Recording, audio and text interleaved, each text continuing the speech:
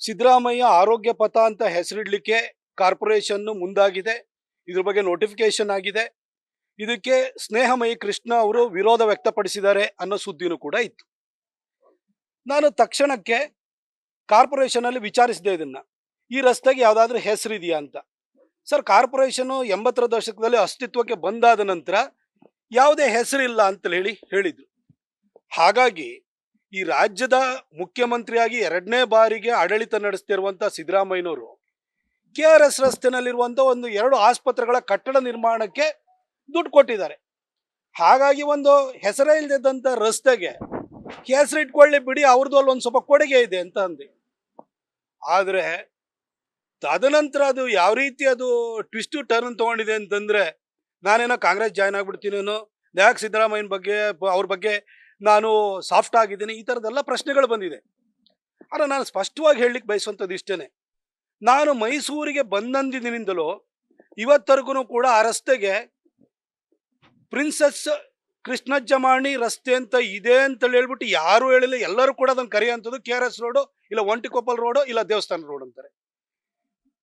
ಅದೇ ರೀತಿ race course ಹತ್ರ ಹೋದ್ರೆ ಆ ರಸ್ತೆಗೆ ಯಾರು ಬುಲೆವಾರ್ಡ್ ರೋಡ್ ಅಂತ ಹೇಳಲ್ಲ, ಎಲ್ಲರೂ ಕೂಡ ಅದಕ್ಕೆ ಲಲಿತ್ ಮಾಲ್ ಪ್ಯಾಲೇಸ್ ರೋಡ್ ಅಂತಾರೆ, ಇಲ್ಲ ಅಂತಂದ್ರೆ ರೇಸ್ ಕ್ರಾಸ್ ರೋಡ್ ಅಂತಾರೆ.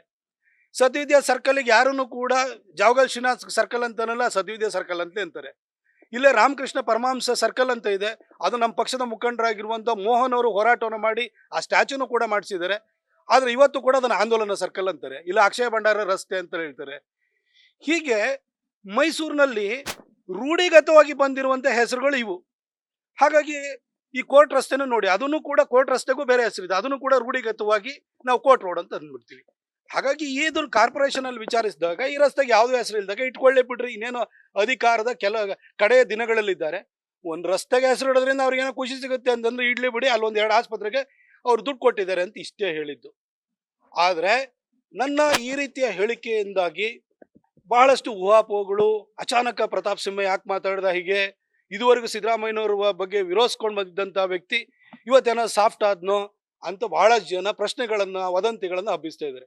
ನಾನು ಅವ್ರಿಗೆ ಬಹಳ ಸ್ಪಷ್ಟವಾಗಿ ಹೇಳಲಿಕ್ಕೆ ಬಯಸುತ್ತೇನೆ, ಕಳೆದ 11 ವರ್ಷಗಳಿಂದ ಇಡೀ ಹಳೆ ಮೈಸೂರು ಭಾಗದಲ್ಲಿ ಒಂದಿಬ್ಬರು ಹಿರಿಯ ರಾಜಕಾರಣಿಗಳು ವೈಯಕ್ತಿಕವಾಗಿ ಸಿದ್ದರಾಮಯ್ಯನವ್ರ ಜೊತೆ ಒಂದೆರಡು ಜಗಳಗಳನ್ನು ಮಾಡ್ಕೊಂಡಿದ್ ಬಿಟ್ರೆ, ಅವ್ರನ್ನ ಸೈದ್ಧಾಂತಿಕವಾಗಿ ಅವರ ಒಂದು ಧರ್ಮಾಂಧ ಮತ್ತು ಹಿಂದೂ ವಿರೋಧಿ ಧೋರಣೆಗಳ ಬಗ್ಗೆ, ಅವರ ಒಂದು ಜಾತಿವಾದದ ಬಗ್ಗೆ ಕಡಾಖಂಡಿತವಾಗಿ ವಿರೋಧಿಸ್ಕೊಂಡು ಬಂದಿರೋನು ಪ್ರತಾಪ್ ಸಿಂಹ ಒಬ್ಬನೇ.